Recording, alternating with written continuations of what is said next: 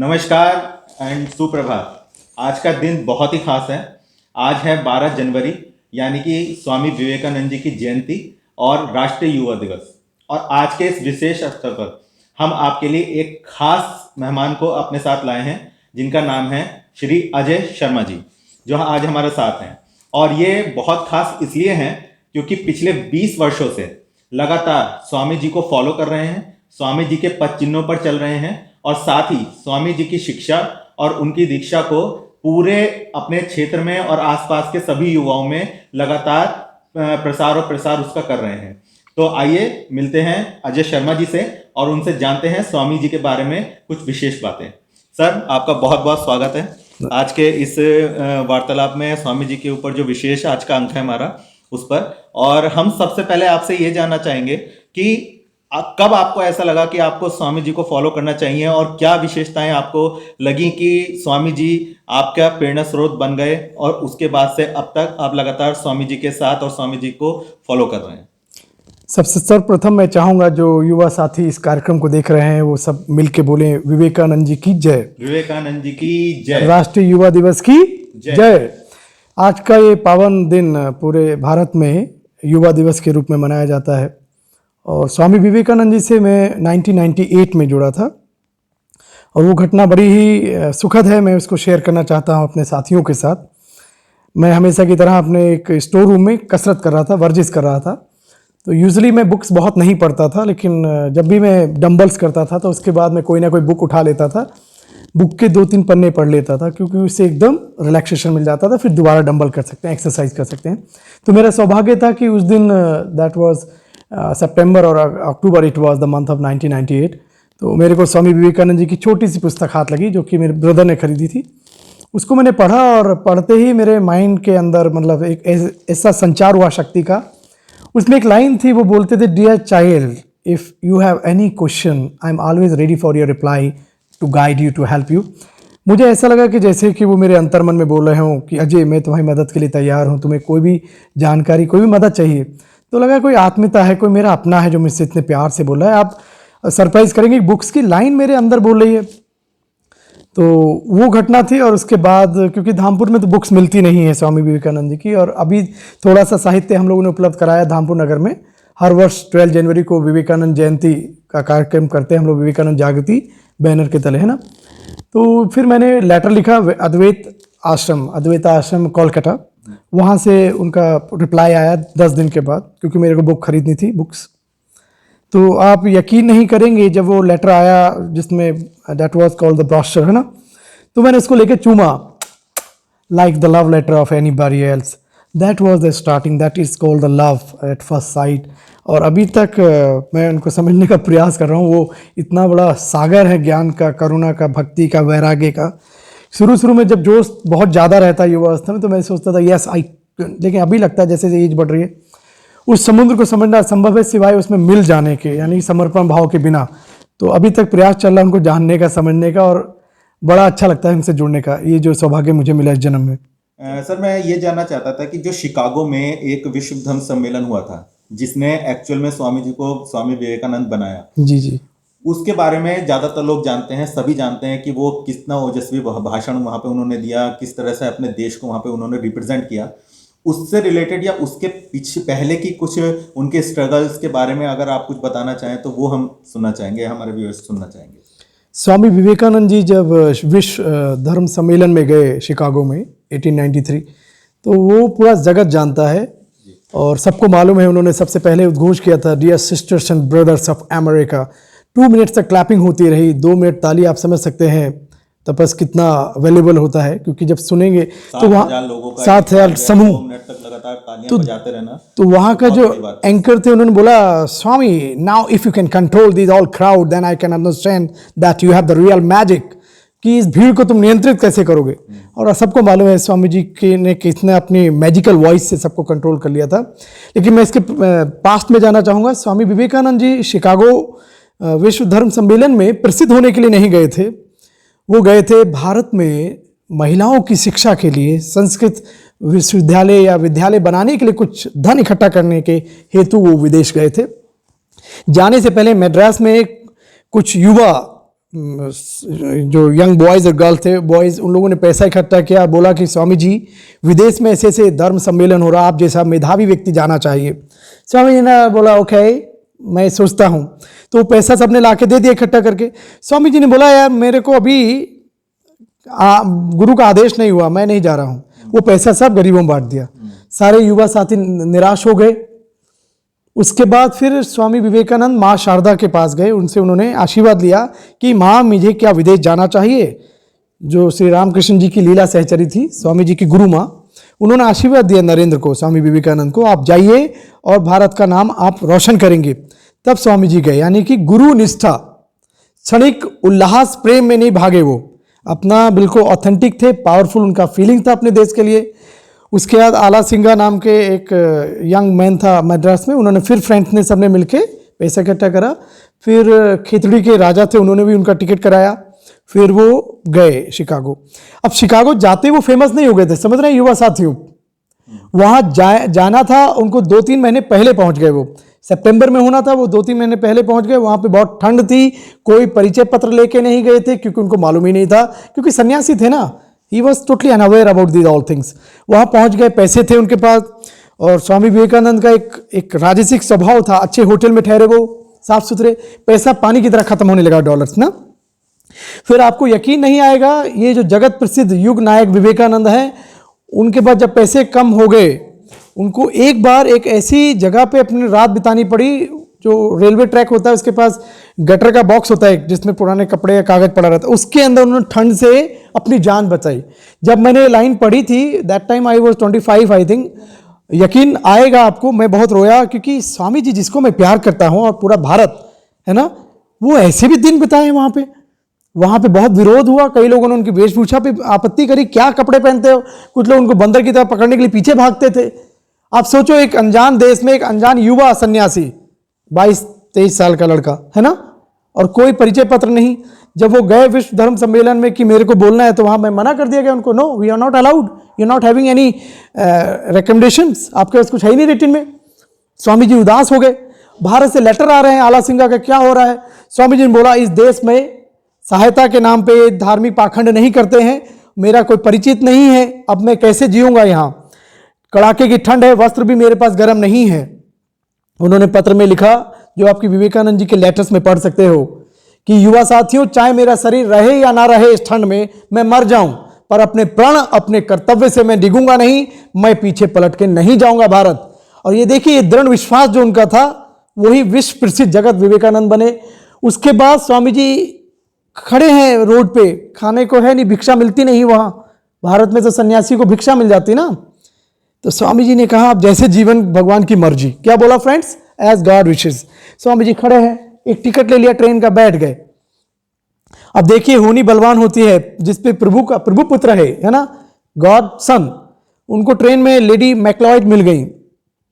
वो बोली, आप कहाँ जा रहे हैं, इंग्लिश में बातचीत हुई। Swami ji was very affluent in English, कि मैं तो भाई जहाँ भगवान ले जाए, कि हमारे घर चलिए।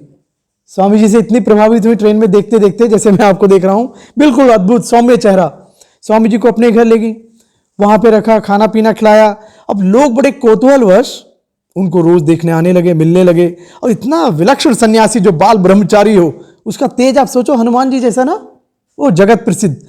स्वामी जी रोज उनके प्रश्नों को उत्तर देते थे घर में। स्वामी जी ने एक लेटर में लिखा अपने फ्रेंड्स को इंडिया में, आला सिंह को, कि यहाँ तो मैं नुमाइश का बंदर जैसा हो, लोग रोज देखने आते हैं इस विचित्र आदमी को।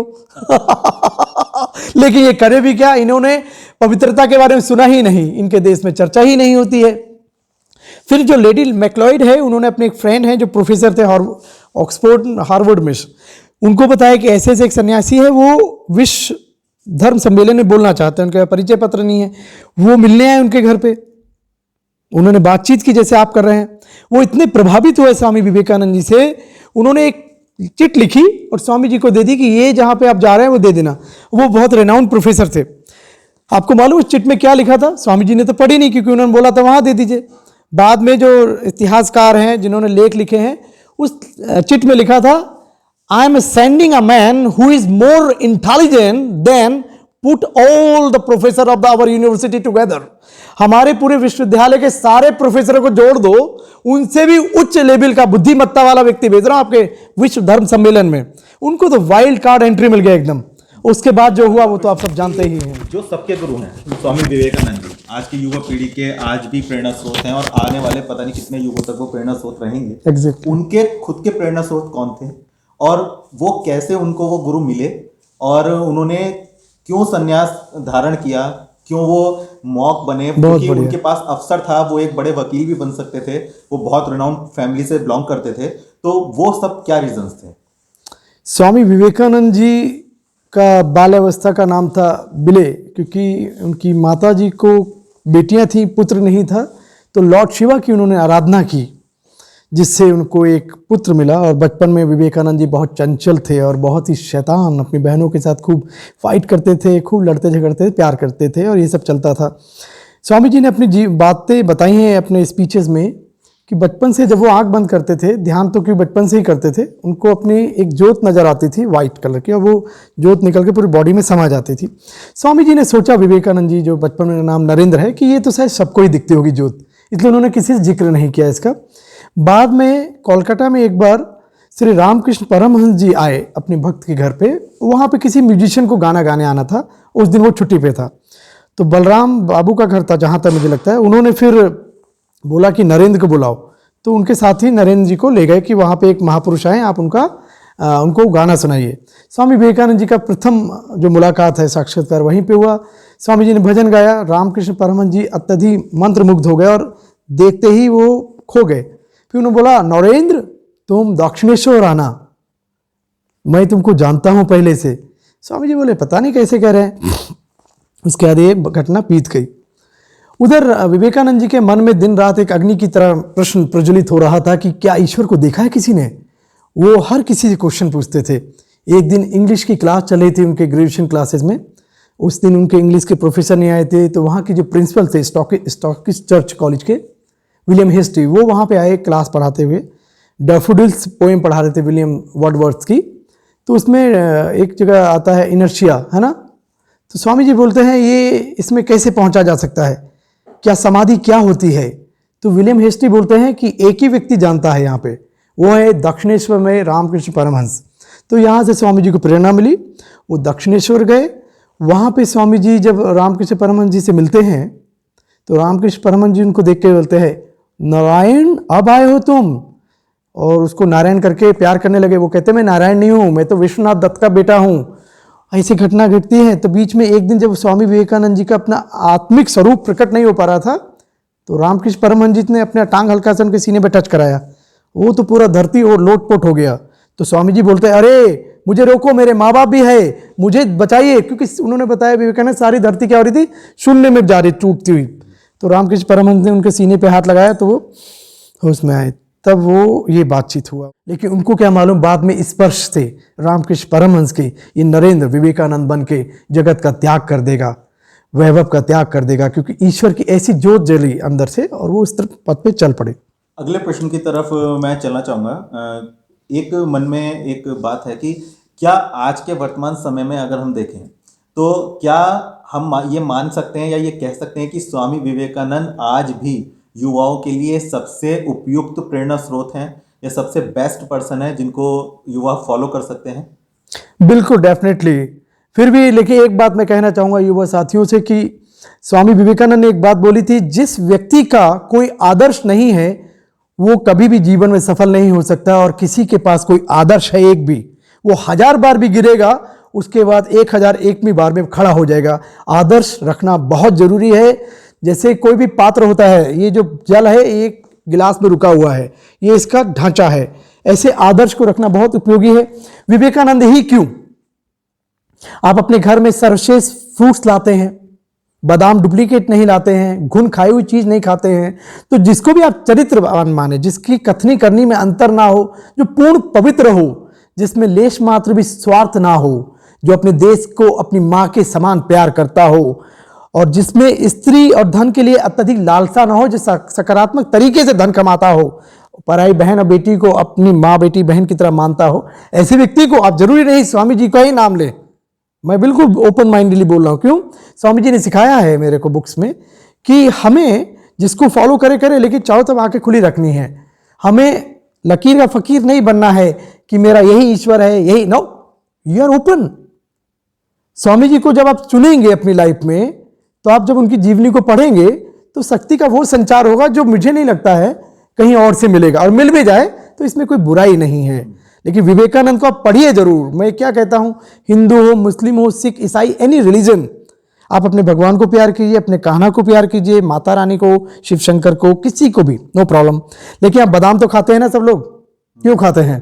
For the powerful brain. Swami Vivekananda is like a almond, आप उनको खाइए। वो ये नहीं कह रहे उनको मानो भगवान, वो तो अपने गुरु को भी ले बोलते थे सबसे कि रामकृष्ण परमहंस को भगवान मानो या अवतार मानो या साधारण आदमी, कोई फर्क नहीं पड़ता, उनकी बताई हुई शिक्षाओं का पालन कर लीजिए, जीवन सक्सेसफुल हो जाएगा। समय की अपनी सीमाएं हैं, तो हम अंतिम प्रश्न की तरफ चलते हैं और ज़्यादा अधिक समय ना लेते हुए एक अंतिम प्रश्न आपसे पूछना चाहेंगे सर कि वर्तमान समय में स्वामी जी के आदर्शों को अगर कोई संस्था फॉलो कर रही है या उनको आगे बढ़ाने का प्रयत्न कर रही है तो वो कौन सी है, और हमारे आज के युवाओं के लिए आप क्या संदेश देना चाहेंगे? वो किस तरह से अधिक स्वामी जी के साथ जुड़ सकते हैं या फिर उनके आदर्शों को किस तरह से फॉलो कर सकते हैं? फैबुलस क्वेश्चन, बहुत ही अच्छा क्वेश्चन है।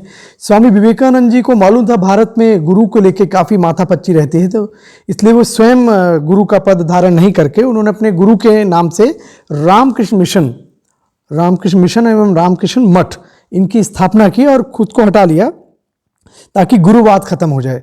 आज रामकृष्ण मिशन में आप संपर्क कर सकते हैं। इनका हेड क्वार्टर्स है बेलूर मठ, कोलकाता, और इनकी पूरे विश्व में संस्थाएं हैं। हरिद्वार में रामकृष्ण सेवा आश्रम है, कनखल में। आप इधर उत्तराखंड में जाएंगे तो श्यामला ताल आश्रम है, टनकपुर से ऊपर विवेकानंद आश्रम। एक है अद्वैत आश्रम मायावती चंपावत में, एक अल्मोड़ा में है लखनऊ में। चारों तरफ आश्रम है, आप गूगल करेंगे तो यू कैन फाइंड आउट। ये ऑर्गेनाइजेशन में साधु हैं, महिलाओं का शारदा मठ है इन्हीं का।